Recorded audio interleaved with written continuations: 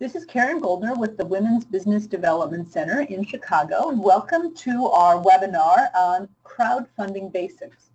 This is a relatively new legal structure that allows small businesses to raise funding by selling shares of their business in a new way that wasn't available even a couple of years ago. We are very excited at the WBDC to have a partnership with TrueCrowd, and specifically TrueCrowd Illinois, about a way to give you more information here on their system and how crowdfunding works in general for raising equity funds. So I'm very thrilled to welcome Florence Hardy to our webinar. Florence is an experienced attorney, small business attorney, and a small business advisor, and she is also CEO of TrueCrowd Illinois. So I'm going to just turn it over to Florence. Before I do that, I guess I should say one housekeeping matter. The holding your hand up function doesn't work very well for us, and so if you have a question at any time during the program, go ahead and just type it in the question bar, and I'll share that with Florence as we go along, and we will get your questions answered. So thank you all very much, and I'm going to go ahead and turn this over to Flo. Thanks, Karen, for that. As Karen mentioned, again, my name is Florence Hardy, and I'm the Chief Executive Officer of TrueCrowd Illinois. I'll tell you a little bit in a moment about why TrueCrowd is different from TrueCrowd Illinois, but as Karen indicated, equity crowdfunding is a relatively new way to raise money in the United States. Prior to 2012, the Jobs Act, when the Jobs Act was passed, raising money from strangers in exchange for equity in your company was illegal for 97% of the population. And so now with this new way to raise funds being open, I am happy to share with you how you can take part in this in crowdfunding for your business and getting the funds that you need to go ahead. So this is an overview of what we will talk about today. We're going to talk about what crowdfunding is in general. I'm sure you've heard of some of the other crowdfunding sites out there like Kickstarter, Indiegogo. Those are very different from equity crowdfunding, and we're going to discuss the differences. Then I'll give you a few industry insights. We're going to discuss all the different crowdfunding options that are available, and then we're going to move specifically to talk about equity crowdfunding and why you should use that as a method to raise money from the crowd. We're going to talk about the differences between federal and state-based crowdfunding because there are some drastic differences. Then we're going to go into how you can choose a platform to work with. Now, of course, TrueCrowd is an equity crowdfunding platform, so I hope if you do decide to do it in Illinois or on the federal level, you do choose TrueCrowd. But just in case, I will go through the options of what you can do to choose a platform in any case. Then we'll talk about the steps to get started in an equity crowdfunding campaign, some marketing things that you should do, and then what the timeline looks like for hosting a crowdfunding campaign, because it may take longer than you anticipate. So I want to make sure that you're aware of what those expectations might be. And then we'll talk about next steps. So again, if you have questions during the presentation, please type them out. I want to answer them as they come along.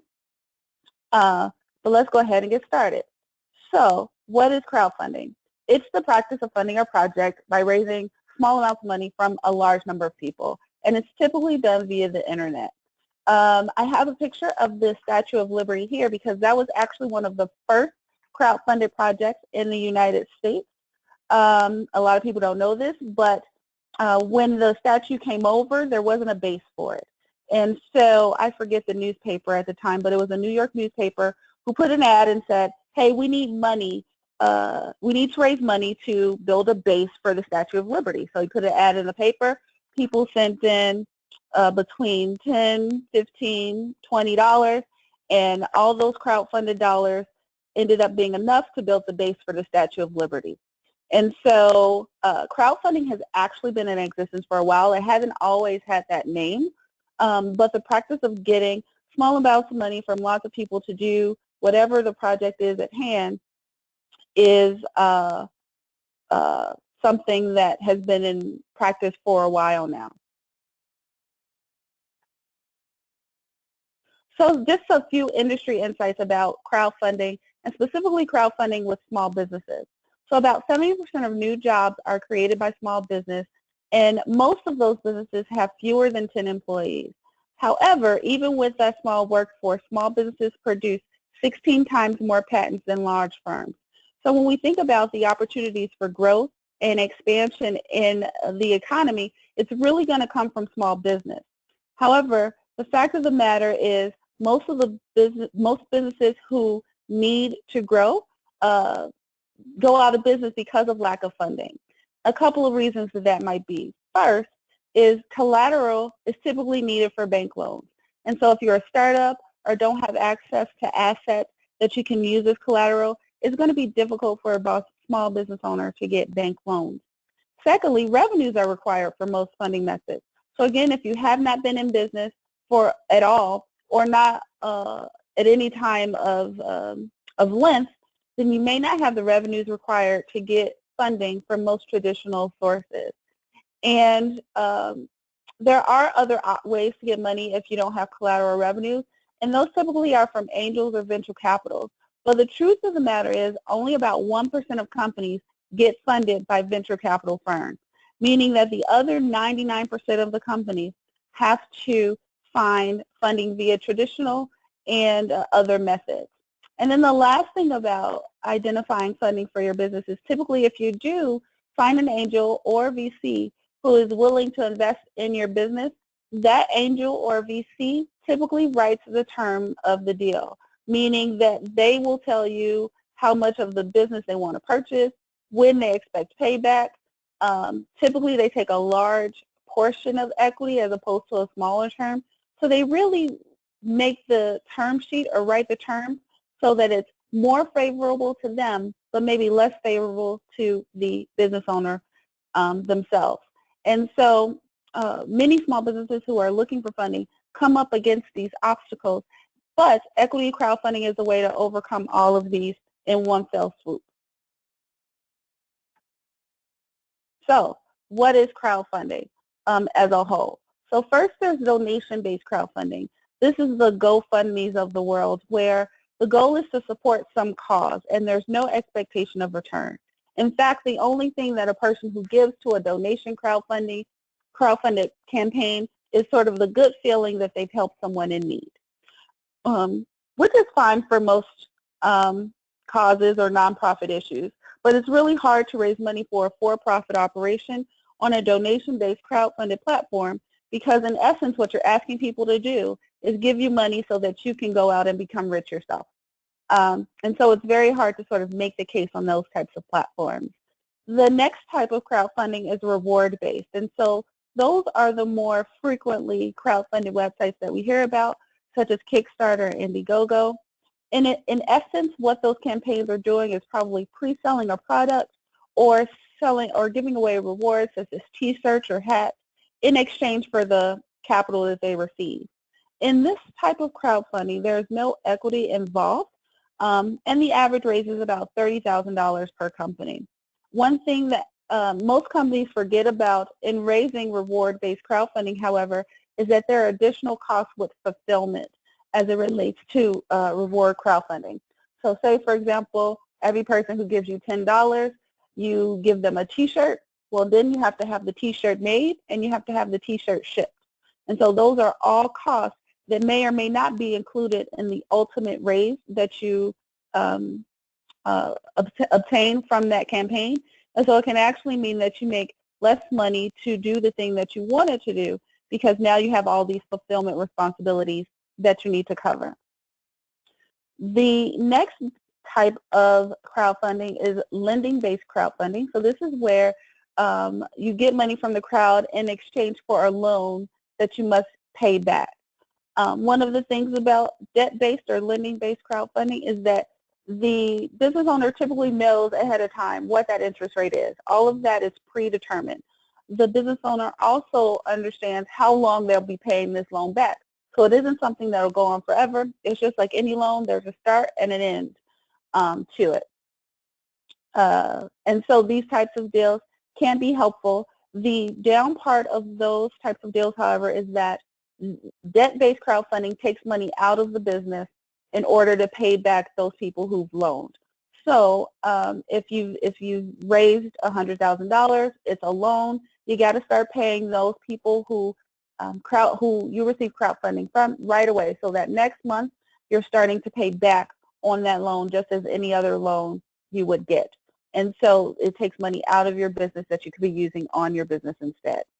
And then the type of crowdfunding, of course, which we're going to talk about more specifically today, is regulation crowdfunding or equity crowdfunding. There are two types, and we'll go over that in the next slide. But equity crowdfunding in Illinois allows an entrepreneur to raise up to $4 million per year in exchange for equity from non-accredited investors. That does not mean that you can only raise money from non-accredited investors. It means that you can only raise so much money from non-accredited investors. And if you're not sure what a non-accredited investor is, an accredited investor is an individual who makes over $200,000 as an individual or $300,000 as a married couple and has a net worth of over $1 million. Now, the majority of the population does not fall into that definition. Only about 3% of the population are considered what's called accredited investors. And so by default, everyone else is a non-accredited investor. The average raise for regulation crowdfunding or equity crowdfunding is about $200,000 per company. So those are the four basic types of crowdfunding that exist. Now we're going to move more specifically to equity crowdfunding and the laws that regulate that action. But before we do that, we're going to talk about why you should even consider equity crowdfunding overall. And so the first thing that I mentioned was, or the last thing that I mentioned was, about 97% of the population is non-accredited. And so prior to 2012, this population could not invest in businesses, which means there was a lot of capital that could be invested in businesses, but it was prohibited by law for that to do so. That means that right now there are about 245 million new investors in the market. Now that's not to say every one of them will invest, and it's certainly not to say that every one of them will invest in you, but it is saying that there's a wider market of investors looking for opportunities to invest or make money on their own, and this is the way that you can benefit from that. The other benefits to raising money using equity include idea validation. So if someone is willing to invest in your business, it probably means that they believe in your idea. The lack of investment could mean that your idea either isn't feasible or it doesn't resonate with an audience. And so by trying to raise money via equity, you can get firsthand information about whether or not the market believes that your idea is valid, feasible, and whether or not you have a customer base to start with.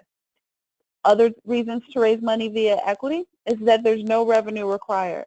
As a startup, you can raise money by selling portions of your company. And in fact, many companies who are at the startup stage and pre-revenue have raised money via the equity crowdfunding laws that are now in place. Now, while revenue is not required, that does not mean that you don't need a good business plan as well as a good strategic plan that you can clearly articulate to those who are likely to invest in you to show that revenue is either coming, maybe you have some contracts signed and you just need an initial push or infusion of equity in order to do the work so that you can get the contract. You have to prove that revenue will come in some way, but at the time that you put on an equity crowdfunding campaign, revenue is not required. Also, because it's equity and not debt, you do not have to make monthly payments. You can make dividend payments on a quarterly or annually basis, but it's not required. When you consider whether or not you want to make dividend payments to your investors, one of the things that you have to consider is how attractive is my campaign without dividend payments? Or is it something that your investors might expect? But as it relates to debt crowdfunding, there's no monthly payments as in that method. The next thing is that you can, as the business owner and the campaign owner, you can create the terms of the deal.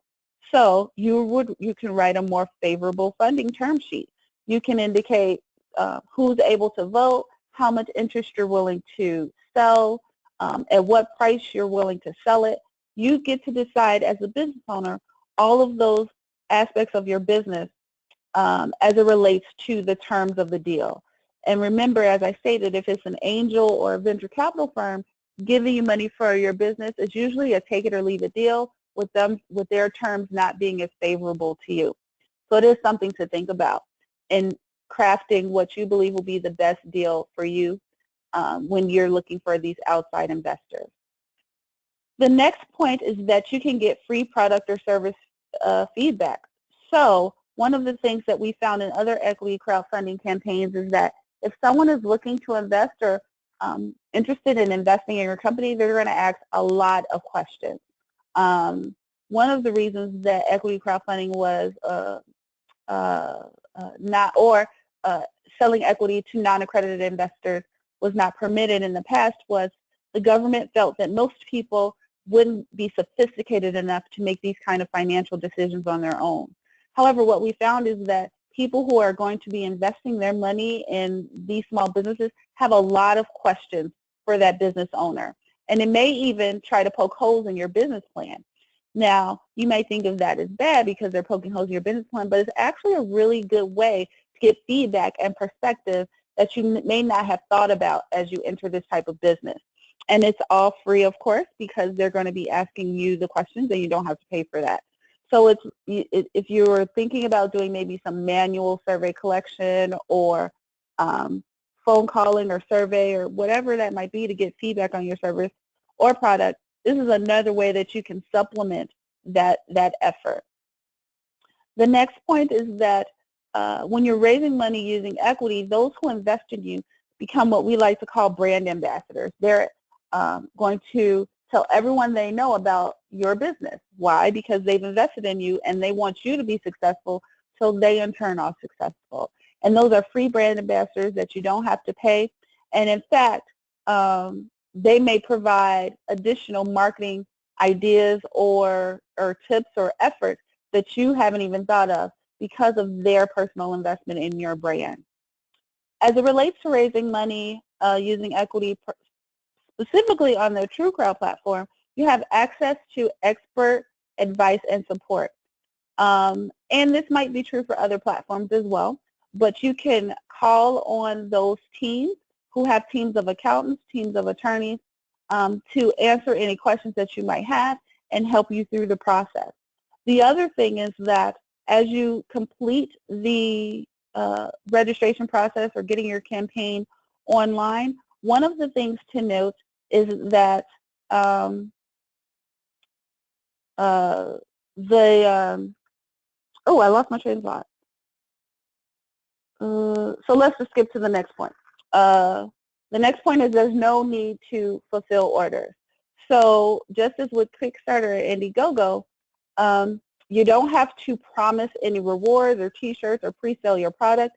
You can if you would like to. And in fact, we have had companies who are interested in providing a reward along with the equity. So say, for example, it's a gym.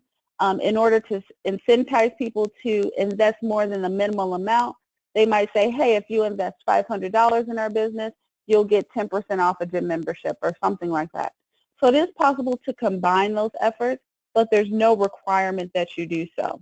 And so that can relieve you of some of the costs that you may incur if you promise to provide a reward and then have to pay to send it out. And so equity crowdfunding in the U.S. is about 4 years behind the U.K. As of 2016, over $200 million was invested in crowdfunding deals, and that's just through one platform, which is Crowdcube, which is only in the UK as of right now. The fastest company to raise money on that site was Mondo, and it raised over $1 million in 96 seconds. Now, that's not to say that is the norm. It is absolutely outside of the norm, but there is some, once it picks up, crowdfunding can be a very fast way to raise some of the money that you need to operate your business. And then based on the investment that was made by crowdfunding in the UK, about or over 3,000 jobs are predicted to be created over the next 3 years. So my goal is that we have the same, if not better, sort of result in the U.S. as equity crowdfunding becomes more prevalent. So a little bit about the differences between the Illinois-based and the federal-based crowdfunding laws. If you're in Illinois and you're an Illinois company, you can raise up to $4 million a year from Illinois residents only.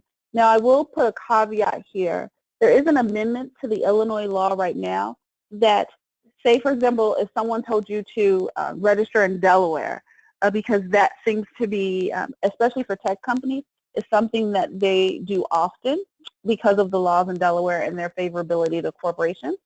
However, the amendment in the law is stating as long as you have a business or not a business, an office operating in Illinois, you can raise money under this law. However, at this point, it's still, you have to be an Illinois company. And so that amendment is in process, but it has not been approved yet, but just something to look out for.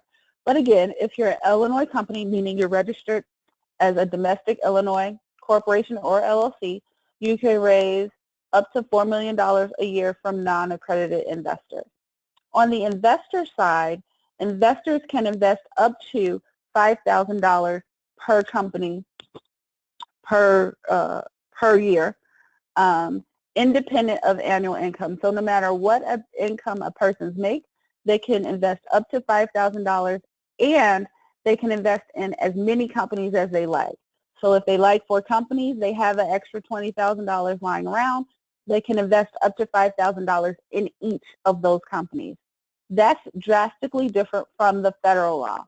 So under federal law, startups can only raise up to $1 million from accredited or from unaccredited or non-accredited investors. Now the primary difference there is that if you're raising money in Illinois under the Illinois law, those investors have to be Illinois residents. If you're raising under the federal law, those investors can be residents of any state. So you have to think about your market and who is likely to invest in you when you consider which law you want to raise money under. And on the investor side under the federal law, there are some limitations as to how much an investor can invest dependent on their income. So if an individual makes less than $100,000 or their net worth is less than $100,000, they can only invest up to 5% of their income or $2,000, whichever is more. And so what that means is if we have the same 4 companies that an individual is interested in investing in, they would have to split that $2,000 in whatever way they wanted to invest in those 4 companies. So they might give 500 to one, 500 to the other, and 500 to the other 2, or 1,000 to one, 100 to one, and then the other, the difference to the other 2. But they can only invest up to $2,000 or 5% of their annual income. If you do choose, well, you have to work on a platform, but if you do choose the federal law, managing whether or not an investor has met their limit is the job of the platform to manage. So it's not something that you have to keep track of as a business owner, but you do need to be mindful of that limit.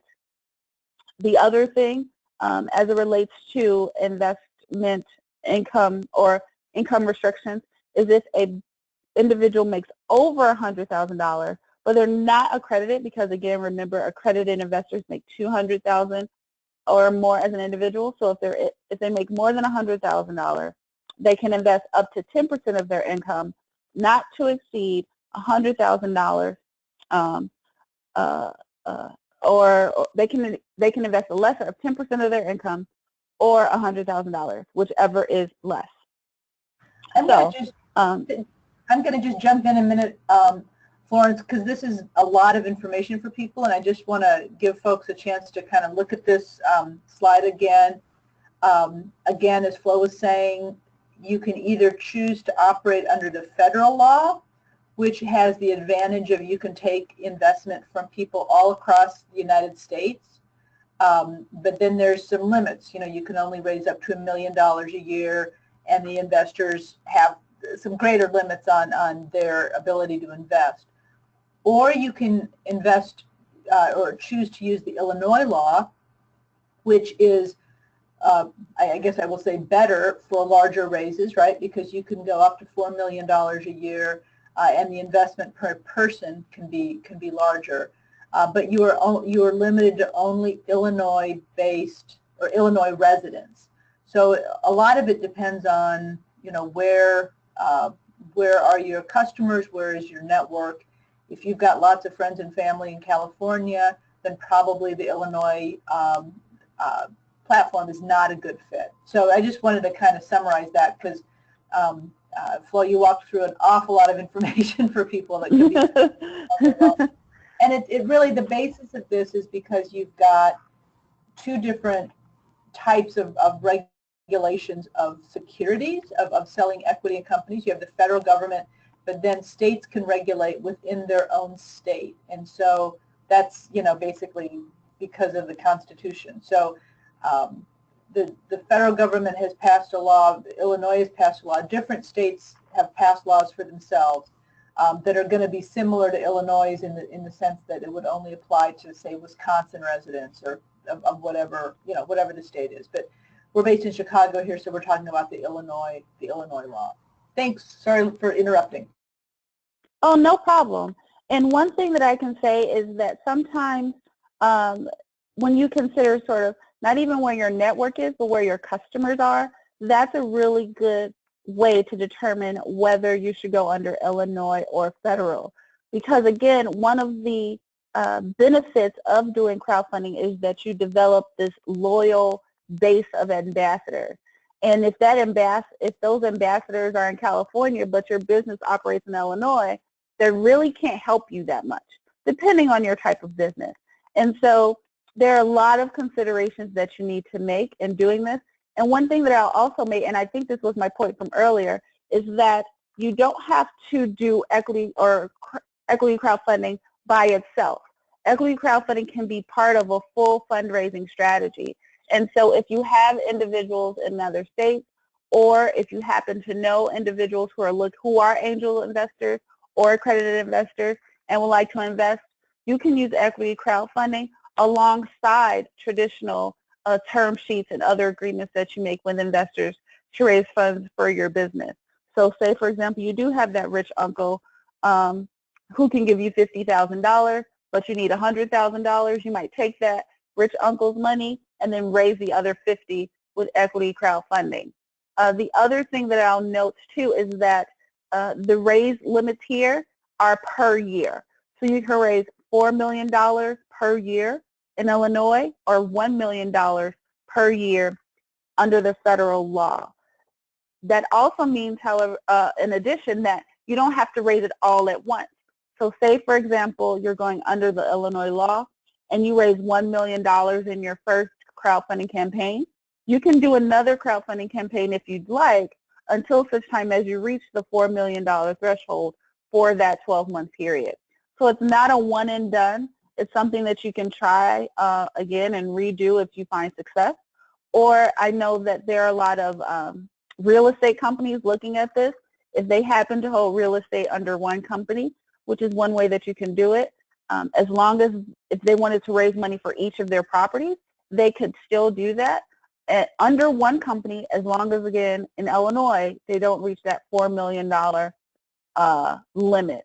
So there's a lot of ways that you can incorporate equity crowdfunding as a part of a full strategy instead of relying on it solely. So you've chosen the law. You've decided whether or not you're going to do Illinois or federal. The next thing to do is choose a platform. And these are the 5 things that you need to take into account. And I'll actually say there's a 6th that's not on here. So I'll say that one first. So the first thing you need to determine is whether or not a platform is a federal platform or a state-based platform. Right now in the U.S., there are about 12 to 13 equity crowdfunding platforms on the federal level. And in Illinois, there are only 2. So you have to decide whether or not you're going to do federal or you're going to do state-based in Illinois in this example. And if you are going to do federal, then you have 13 to choose from. If you're going to do state-based, then you only have 2. So that can easily help you narrow it down right there. But once you get past that point, then here are the 5 things that you need to worry about. So first, you need to understand the fees for that platform. Every crowdfunding platform, whether it's equity, donation, reward, or lending or debt-based, is going to have fees related to helping you raise that money. Some of them are listing or success fees. So just because you're using their site to raise funds, they're going to take a cut of whatever it is that you raise. All sites have that. And fees range for that reason between 4 and 8%. I haven't really seen anything outside of that range. But then depending upon the additional, depending on the site that you choose, there will be additional fees such as background check fees, escrow account fees, stock transfer agent fees, legal fees, as well as accounting fees. So you have to be mindful of what all those fees are. Most of those fees can be mitigated. Maybe you do some of the work yourself. Maybe you have a friend who's an accountant. But while some of them may be mitigated, there are some you won't get away from at all. So especially as it relates to equity crowdfunding, you'll always have to pay for background checks. You will always have to pay for escrow account, because remember, with equity crowdfunding, depending on the site, you don't get the money right away. It has to stay somewhere until you reach your goal, so that's that escrow account.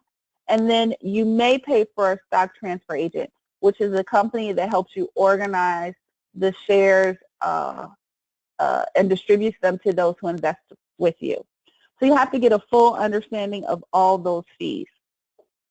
The next thing that you have to consider is the services that that platform provides. Will they help you with your business plan? Will they help you with your offering statement? What's the reach of their marketing campaign? Will they develop social media language or ads for you? Understanding those services is going to be key in making sure that you have chosen the platform that helps you where you need help the most. The third point is understanding the payment criteria. And what this refers to is understanding what goals or portion of the raise you need to meet in order to get the money or any money. So beyond equity, in crowdfunding in general, there are some sites that will pay you or give you whatever it is that you raise. There are some sites that say you have to raise everything or you get nothing. There are some sites that say you have to raise 50% of your goal, and if you do that, you at least get what you raise. You have to understand what your payment criteria is. And in making the consideration regarding the payment criteria, it should be more than, well, I'll just take whatever I can get, especially if you're raising money for a specific reason. So say, for example, you have a restaurant and it's a pizza restaurant and you need a pizza oven, and this pizza oven is going to be $20,000. It wouldn't help you at all if you only raised $5,000, even $10,000, because you need $20,000. And so if you were to take people's money and say, yes, I'll purchase this pizza oven, but you can't purchase it, you'd be in a pretty bad place with those investors. And so it's really important to understand what you're going to raise the money for when you're determining what payment criteria works best for your crowdfunding campaign. The first point is reach of the platform. So how wide and vast is their investment base?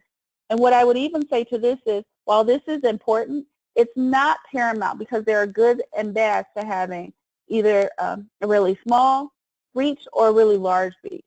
So of course, the downfall of having a really small reach is that as a company, there might be less eyes looking at your particular investment, simply because there's not as many people looking at that platform or that website as a whole. But then the opposite can be true if it's a really large platform.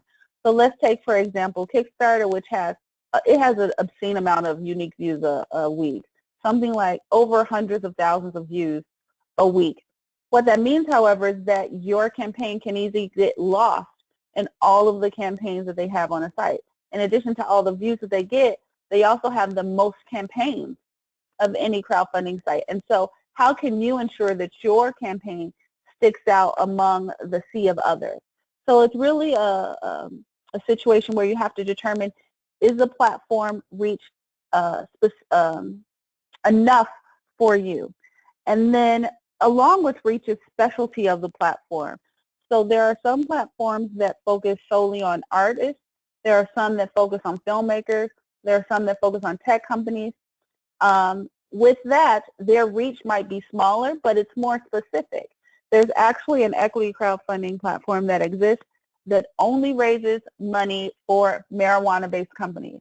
And so while they have a small reach, those investors are particularly interested in those types of deals, and so they may be more active as opposed to viewers of a general platform. So you want to take that into account when you are looking at a platform to determine if it's best for you. Okay, so you've chosen whether you're going to do federal or Illinois. You've chosen a platform based on that criteria, and so this is generally the process to get listed. Now, what I will say is that this is specifically a process to get listed on the TrueCrowd platform, but it will be similar to other platforms that you look at, aside from some of the things that are included, and I'll talk about that. So first, you go to the website and create an account.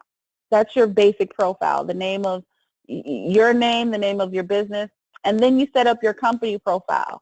That could include things such as a description of your business, some images of your work, or the space, whatever that might is, just to make your company have its own, to ensure your company has its own identity. And then you go about creating the offering, which is different from creating your account or the company profile. The offering is the package of documents that explain what it is you are selling. So that includes your business plan, your business valuation, your narrative pitch, as well as your video pitch, your financials, and the completed background check. Now it says here that your business valuation is free. That's only with TrueCrowd. I don't know that that's true with other platforms, so you would have to make sure that that is the case. But if you're doing equity, you have to get your business evaluated so that there's a value put to it. Because again, you're selling equity. So it has to be determined how much your business is worth, so that based on how much you need to raise, you can determine how much of your business you need to sell. As an example, if you need to raise $10,000, your business is worth $100,000, you now know you need to sell 10% of your company in order to raise those funds. That's very simple math, but that's the reason that the business valuation is mandatory and so important. The next part of that process is completing the actual offering statement. The offering statement itself describes the equity or the security that is being sold. It describes the risk that the investment might hold for investors. It gives history on the company. It gives history on the executives or owners. It details what a payback period might be. It details how the valuation was come up with. It gives all those financial details to your business. And a good offering statement is probably between 20 and 30 pages. That shouldn't scare you. Most platforms will walk you through the process of completing the offering statement, but it's super important because this is what you are selling. You are using this document to say to possible investors, this is why we are in a good investment. We've looked at all the risks. We've mitigated where we can. And this is how we hope to give you a return. Once you complete, I'm going to interrupt again because I think this is a super important point that a lot of times people don't think about in terms of the representations that they're making. You know, everybody's heard of securities fraud and so forth, but a lot of times people don't realize that when they're raising money for their company, that's how they've stepped into that world. So Can you talk just briefly about the things people need to think about when they're making these representations? You know, well, I'm going to, you know, I'm going to double every year, or what are the kinds of things people need to be thinking about when they're making those representations? Absolutely. So the first thing you don't want to do in any representation is make what it can be described as a promise. You don't want to do things like we'll absolutely grow, or we expect to make this much, or we will have this much revenue. What you can say is that we expect to enter into these markets. Our milestone schedule might have that we want to reach 1,000 users based on our past history of obtaining 500 users in 6 months. You know, so you need to be careful in that the representations that you make are not promises or cannot be seen as promises. And I mentioned it briefly, but the risk has to be relevant and complete to your business. So if you're a restaurant, the risks of your business are going to be vastly different than you're a tech company, so there's no one size fits all. You really need to think about everything that could go wrong in your business, or every industry action that could affect your business, whether it's a downturn in the economy, whether a competitor opens up across the street, whether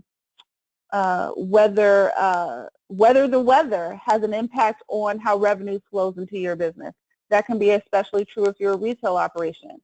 So you have to be very clear. And for this portion of the plan, while a platform will generally walk you through it, you may want to talk to an attorney to ensure that you're not saying anything that could be construed as a promise.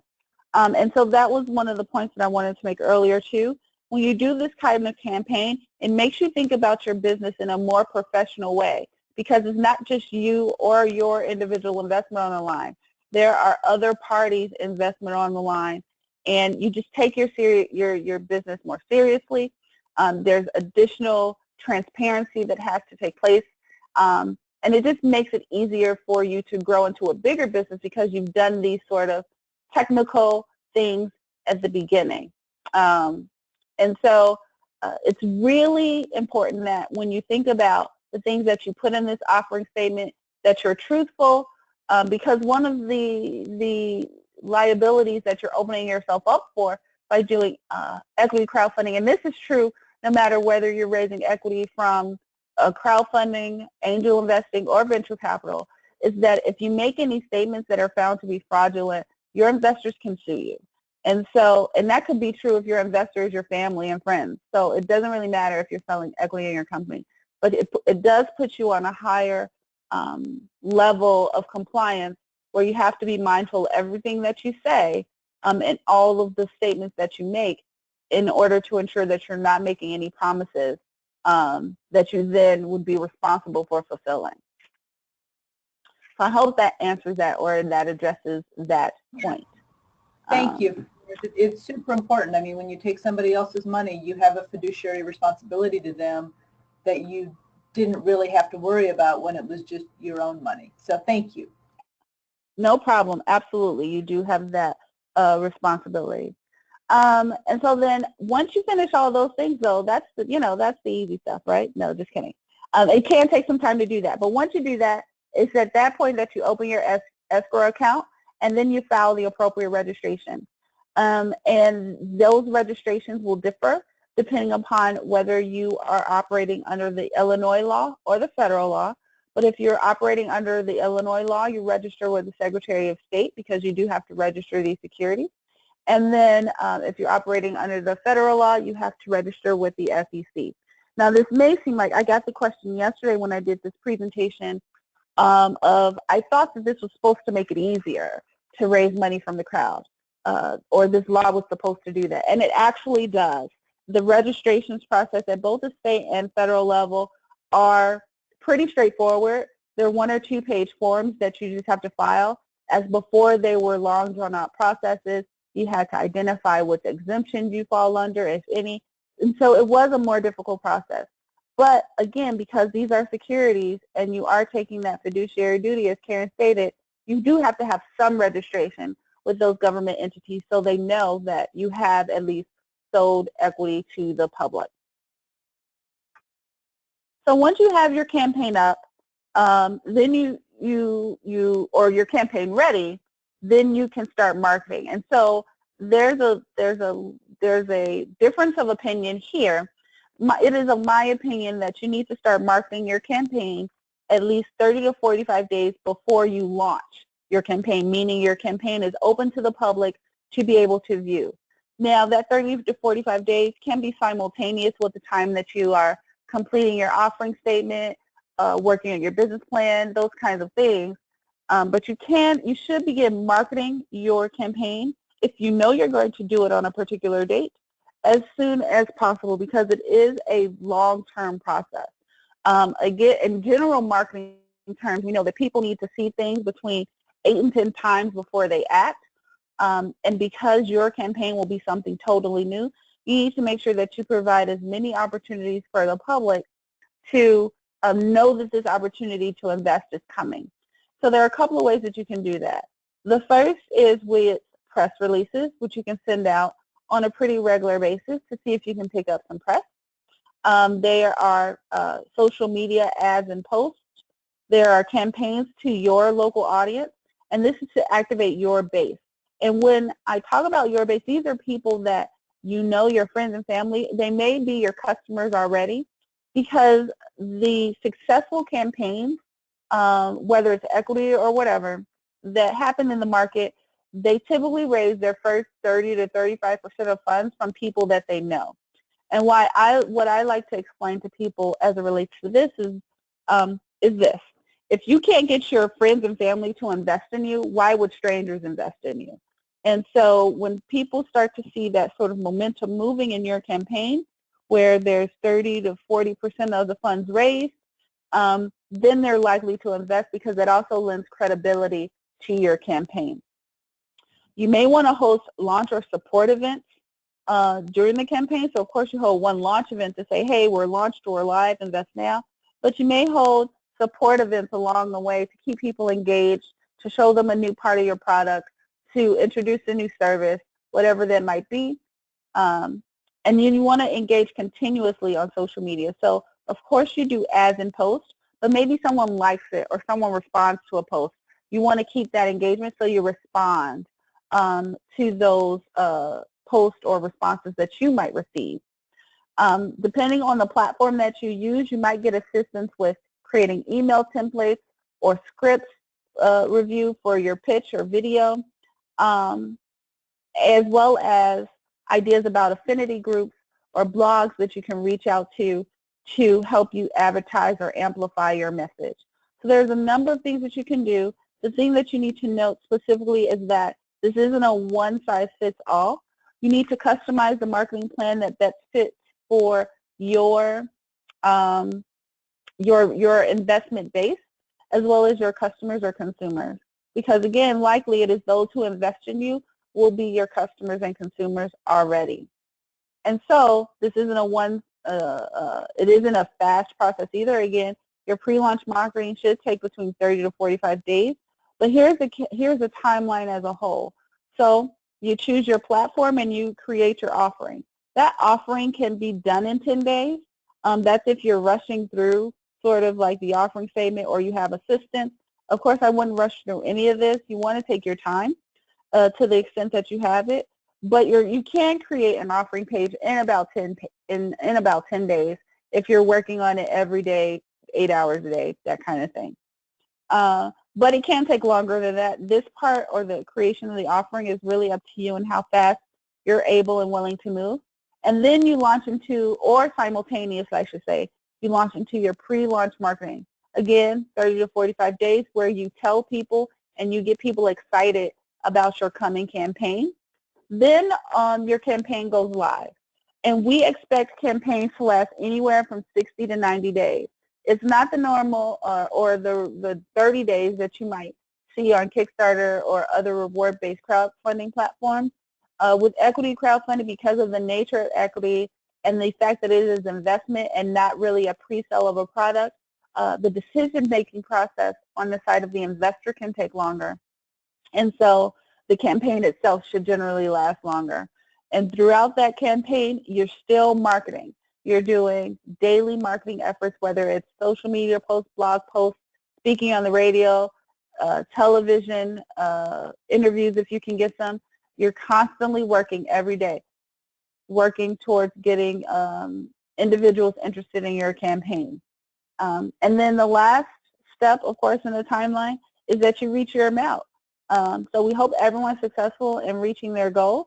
And in all, a successful or a campaign or the time that you will dedicate to raising money via equity crowdfunding is about 3 to 4 months, sometimes 5 or 6, depending upon where you are or how much time you spend on marketing. You can have campaigns that last longer than 90 days as well, and you can have campaigns that last shorter than 60 days. So if you find that you're reaching your goal faster than you anticipated, you can end a campaign early. You just have to give notice to those who've invested in your business that you're going to be ending the campaign early. So it's really easy to customize and make these campaigns work for you. And then even in comparing this timeline to other fundraising processes, so if you're raising money from angels or venture capitalists, that fundraising process can take anywhere from 3 months to 18 months, I've heard on some instances. So fundraising in general is a time-consuming process, so you just need to be ready for that. This or equity crowdfunding just helps take some of the weight away because we're able to open you up to a larger market than you might be able to reach on your own. And so that's the bulk of equity crowdfunding. I know I typically talk really fast. I'm working on it, I promise. But if you have any questions about anything that I discussed or want to reach out to me directly, you can do so. My email address is on the screen. It's florence@truecrowd.com. You can also visit the website. For Illinois, the website is il.truecrowd.com. For the federal platform, it's www.truecrowd.com. And we're the only platform that offers both federal and intrastate or Illinois-based crowdfunding. So that's something also important to note. So at this time, I will take any questions that you have. And thank you for listening. Thank you so much, Florence. Yeah, we'll give people a couple minutes if they want to type in any questions into the question bar. And I also want to just reinforce, if you do have questions and want to think about whether equity crowdfunding is the right approach for your company, or if you're looking for capital and want to look at a variety of options, please feel free to reach out to the Women's Business Development Center. We work with both men and women. There's some guys on the call this afternoon. And you can just reach us at www.wbdc.org. And we work in the Chicagoland area, and if you happen to be somewhere else, we can get you pointed to a small business development center near you. I'm not seeing any other questions. One last thing I will say is that we are going to record this, or actually we have been recording it, and it will be available on our website. So if you want to go back in later and look at this again or share it with a colleague, please feel free. It will be on our website, wbdc.org. In the events tab, there's an e-learning library section, and you can just go in there. It'll be an archived webinar. So I don't see any other questions, and so Florence, I'm going to just thank you once again for joining us, and we're going to go ahead and end the webinar. Everybody have a wonderful afternoon.